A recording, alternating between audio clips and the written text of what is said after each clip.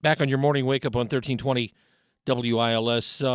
There's new research in from the United Kingdom, research that notes a sharp increase in the number of adolescent girls who report self-harm over a number of recent years. That's disturbing. The study shows girls are a lot more likely to hurt themselves compared to teenage boys. Why is there a gender difference there? What goes on with that? We tend to think of everything kind of falling towards the mean these days, but maybe there are big differences in the gender. The study also shows girls more likely here, well, actually, the self-harm in children in adolescence has become a public health concern in countries around the world. Is it a big enough concern here in the United States of America? And when we're talking about harm, how do we define that?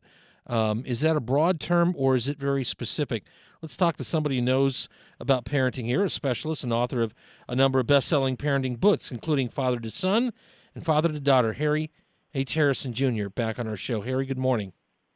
Good morning, Dave. How you doing? I'm doing all right. So let's talk about this here.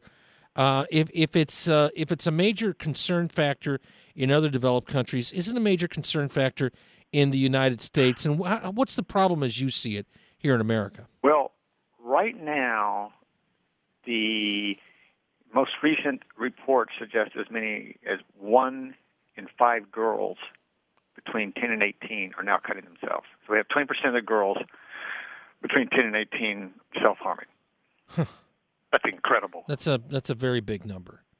And when we talk about self-harming, let's run down the list of what would fall under that heading and umbrella. Well, there's always the drugs, but that is not really the preponderance. First off, why do they self-harm? Okay, well, they self-harm because they are in emotional turmoil. They're in emotional distress. And girls are more emotional than boys, and they have fewer outlets than boys. And girls kind of take a when you have a family that's dysfunctional, the girls are usually kind of the brunt of it. So you have girls absorbing this emotional pain, and they don't know what to do with it. So they start cutting themselves to feel that pain instead of the emotional pain. So they're trying to transfer and substitute one pain for right. another? Exactly. And they would much rather cut themselves and feel that pain, and that pain is almost, it releases endorphins. And so you have a natural high. I know it sounds weird, but this is just science. You cut yourself, releases endorphins. Endorphins kind of make you feel, really nice, and it disguises the pain of what you're living with. Well, part of that has to abuse. be the defense mechanism of your body to tell you that, yeah, you're in pain, so you have a problem. There's good things. You know this from medicine. When people don't feel, they have the inability to feel pain can be really problematic. That's an entirely different. Yeah, entirely different thing. But set of circumstances. Yeah, but this here, so they feel the pain, and then their body tries to mask it there, but they enjoy, or at least they get something out of that feeling, as opposed to what we would just call the depths of the emotional pain, which is like, for many, I got to think it's like a bottomless pit. Well, my wife used to cut herself when she was a young girl. Oh my! And it was because her mother was so physically and mentally and emotionally abusive to her, and her mother would start in on her, and my wife would either take a pencil and shove it up her gum, so the pain of that would shut her mother's voice out, or cut herself. I used to see something when I was a young man. I don't think it's as common now because the practice itself with smoking isn't as common as it was when I was young. But I would see classmates who had verifiable, what I would call cigarette burn marks on their arms, where they would smoke and then they would burn themselves. I'm not equating that with cutting. Maybe not common, but it's got to be the same. And we didn't ask questions, and we just didn't. But it's got to be some of the same mindset, isn't it, Harry? Well, if it's a girl, probably. If it was a boy, he's probably just trying to see how tough he was. No, these were young. These were girls. These were girls, and they were expressing. They were expressing really emotional discontent. All right, and it's something that you could say, well, the parents should be on notice of it. Well, the parents are causing it most of the time. This is just horrible parenting that's leading a daughter to start cutting herself to relieve the pain of living with that parent. What's the answer then to this? Because well, you have other parents that want to do the right thing. You have other parents who don't want to be, but maybe they're busy beyond belief, and you could call that or bad. They don't want to get involved. They don't want. Yeah, okay, sure. Or you would think, well, teachers are the solution, but teachers do not want to get involved because now they're suddenly calling somebody's parents abusive, saying their daughter's cutting herself, and they get hauled into a principal's office and dressed down. I mean, so teachers have learned to stay away from this. Well, but here in Michigan, they're mandatory reporters. So, in a sense, if they see something, their whole position goes at risk if they don't. They have to report what they see. They can't make a value judgment on it. That's for others, but they have to do it. They're mandatory reporters in Michigan. That's under state law. If they see cuts on the girl's arm, they'll report it. Yeah, they you betcha. Unless the skirts are real short, well, they won't see cuts on the leg or thigh. No, but you're right. And how far you could go to ask somebody to reveal, well, that's a whole nother kettle of fish. Yeah, that's a big time. But the idea there is that can vary state to state, but the mindset of what do you do next that's universal. What do you do next? Well, let's say you're a loving parent. Yeah. I mean, I hope so. Let's say that the source of pain is not you. So first off, you keep an eye on your daughter and you see if she's moody, if she's broken up with somebody, if she's had a fight with her best friend, if she's failed a class, if she didn't get the college she wanted, whatever. Yeah. You just keep an eye on her and see if she's going uphill or downhill. If your mother, check her body. I just want to hug you and just see your legs. Okay, everything's fine there. If nothing's fine, it's time to talk to a counselor. You can also give a girl a journal and let her write it out. And thank God, a lot of cases now, there's girls' sports teams and soccer teams where they can work it out like boys usually do. But it's always going to be the girls who are most affected. The girls are always the ones that seem to get the worst of a dysfunctional family for whatever reason. They're the ones that absorb it. And then they're the ones that try and self-medicate it. You would think, and sometimes they use drugs, but they don't necessarily use drugs to harm themselves unless they're popping all kinds of painkillers to kill themselves. Boy. But I tell you, the problem is if a girl is self-harming herself, she's infinitely more likely to try and commit suicide. I can't even give you the number. It's over 20 to 30% more likely to commit suicide, to try to commit suicide. At its core here, at space, disturbing, but perhaps more than that, and a good reason to self-reflect too for parents who are listening to this show right now. Harry Harrison Jr., parenting specialist here. Harry, where do we find you online? FearlessParenting.com. Great to have you on today. Serious subject, UK study, reflection for us here in the United States. Harry Harrison Jr. Some disturbing new research from the UK is finding a sharp increase in the number of adolescent girls who are reporting self-harm. Harry H. Harrison is a parenting specialist, author of several best-selling parenting books, including Father to Son and Father to Daughter. Good morning, Harry. Good morning. So this is... Ted? We're good here, but this is scary. Not just cutting, but scalding, poisoning, hanging. Why are so many girls in so much pain? Why are they doing this? Okay, so without sounding sexist, girls are more emotional. I mean, let's just get that out there. But they're also, like in dysfunctional families, they're also kind of recipient of all the craziness. The boys kind of wander off and go play football or do something but girls kind of sit and absorb it.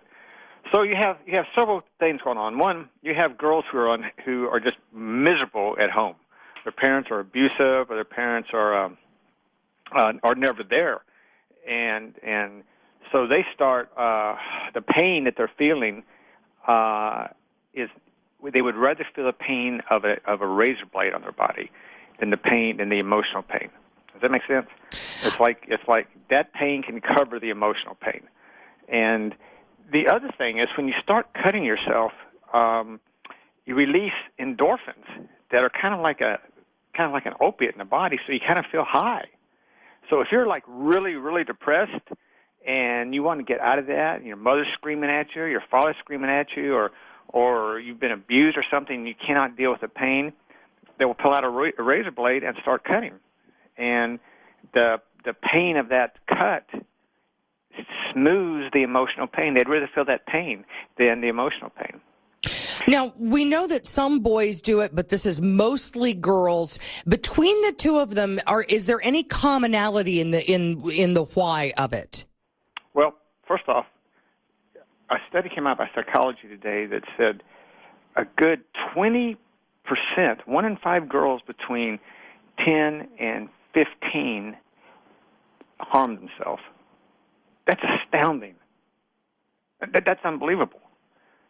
That 20% of our young teens are self-harming.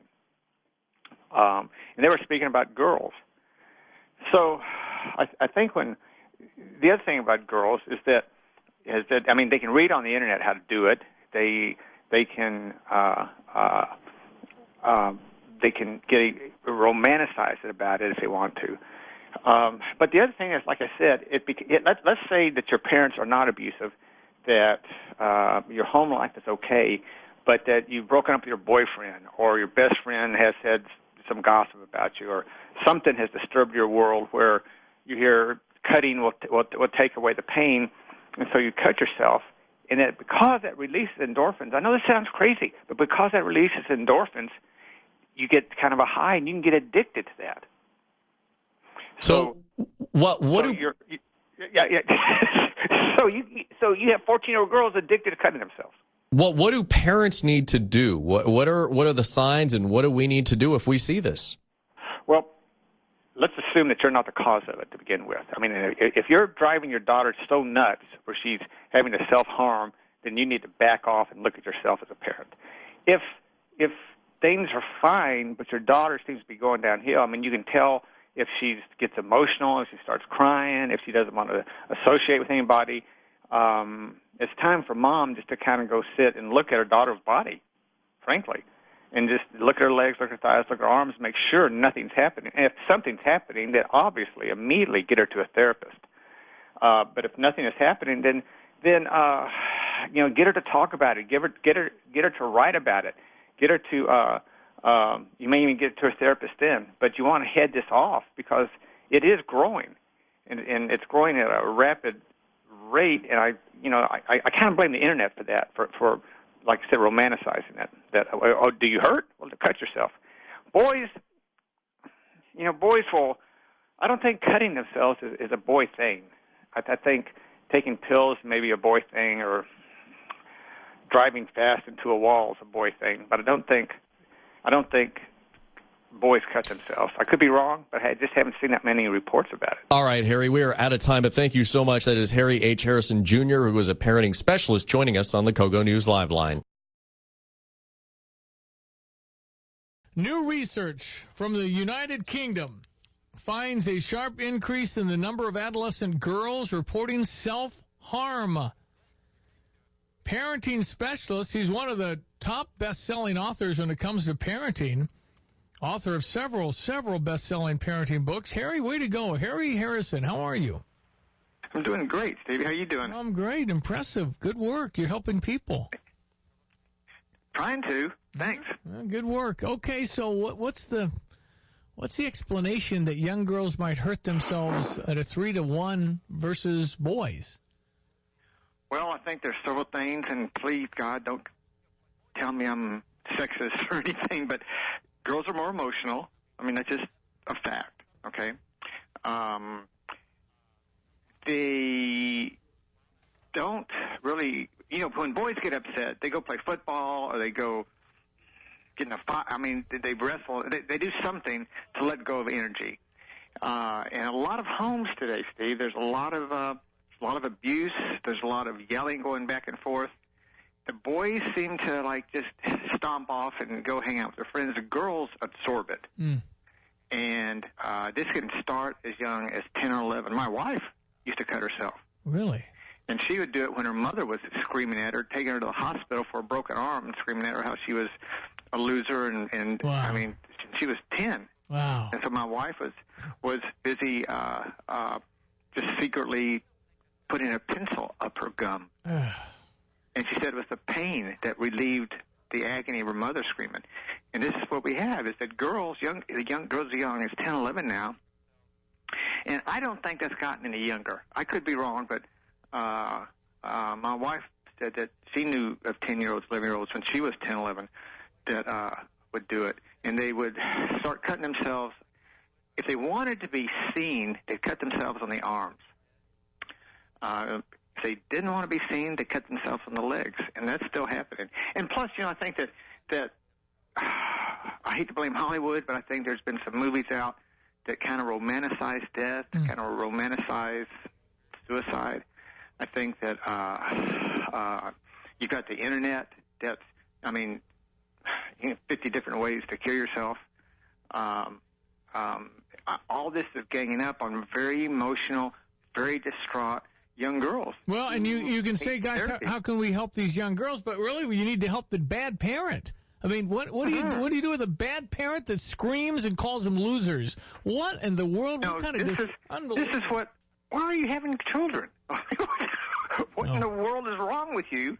If you're scaring your child so much that they are emotionally damaged, and I've seen things that would just knock your eyes. I've seen women pull their kids out of ballet, yell at them in a parking lot, and then send them back into ballet over missing a move. Oh, it's sad. It's sad. Well, and it's like it's what can we do about these girls? I mean, the only thing can be done, and I hate saying this. I hate saying this from my wife as a teacher, is that sometimes teachers can see it, but if they report it, they get in trouble because then they have to go defend their actions. That I think your daughter is cutting herself. Oh, no, my daughter would never do that. Right. With the blood on the floor. So they got that running against them. So teachers really are reluctant to get involved at all, or else suddenly they're in the middle and being called liars and everything. When you started talking about really up to parents. Self-harming, I know Demi Lovato checked herself into treatment about emotional and physical issues that she had from the past, and she's a Disney star and had some eating disorders, but self-harming and is something that she at least put the spotlight on. And young girls are doing this because she used to do it.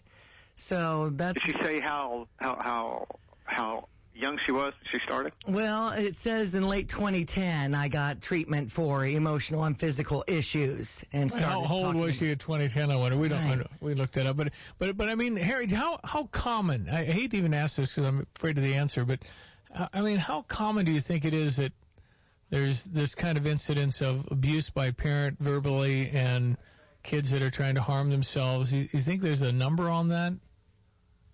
Yeah, I mean, I think my wife is the head librarian at a very exclusive private school here in Dallas, and so she sees she's my ticket to everything that's going on right now, and she would tell me, because I knew I was going to be asked this question, she would say 25%, 30%. She's at an exclusive private school, Harry. Everybody's happy there. Come on. Don't you know? Everybody's just so pleased because if they can't solve it with money, they can't solve it at all. You think there are 1 in 4 that are that distraught? 1 in 4. This study says 1 in 200 girls between the age of 13 and 19 have cut themselves. Okay. Well, first of all, how would you possibly know? Because who's going to admit that? Mm-hmm. Well, that's the deal, is that my wife was saying that girls at her school cut themselves on the legs that don't want to be caught. Mm-hmm. And they're doing it because of the pain? They want the pain? Yes, and that's the key, is that the pain, the physical pain, masks the emotional pain. My wife told me that if she started hurting, that's when the emotional pain would leave. And how'd your wife overcome it? Well, through therapy, through getting away from her parents, getting away from home, and carving out an independent life for herself. And she went to therapy for a long time. Did she ever reconcile with her mom, or did her mom ever figure out what was going on, or no? No, her mom. Well, I don't even want to get into that. Sad. But her her mom was a very lonely woman. Sad, sad, sad. Harry, you deal with some sad stuff, but you're bringing some hope, I guess, to some families and some people, and we appreciate it. If your daughter is caught up in this for some reason, if she gets a hold of mob mentality, it's really important parents look at their children's bodies. I mean, mothers, go look at your daughters. I mean, if there's marks on her legs, ask what's going on. Have your daughter write it out. Have her keep a journal. Have her do. If she needs counseling, get her counseling. There's things a parent can do to head it off if her daughter is entering into a depression from a broken heart or from a romance or from Mean Girls or something. I mean, there's all kinds of reasons, all kinds of pressures on young girls today. Harry, how can people find you? Find me at fearlessparenting.com. Hey, I really appreciate chatting. Thank you for what you're doing. Thank you so much, guys. Good talking to you. Good talking to you, Harry Harrison.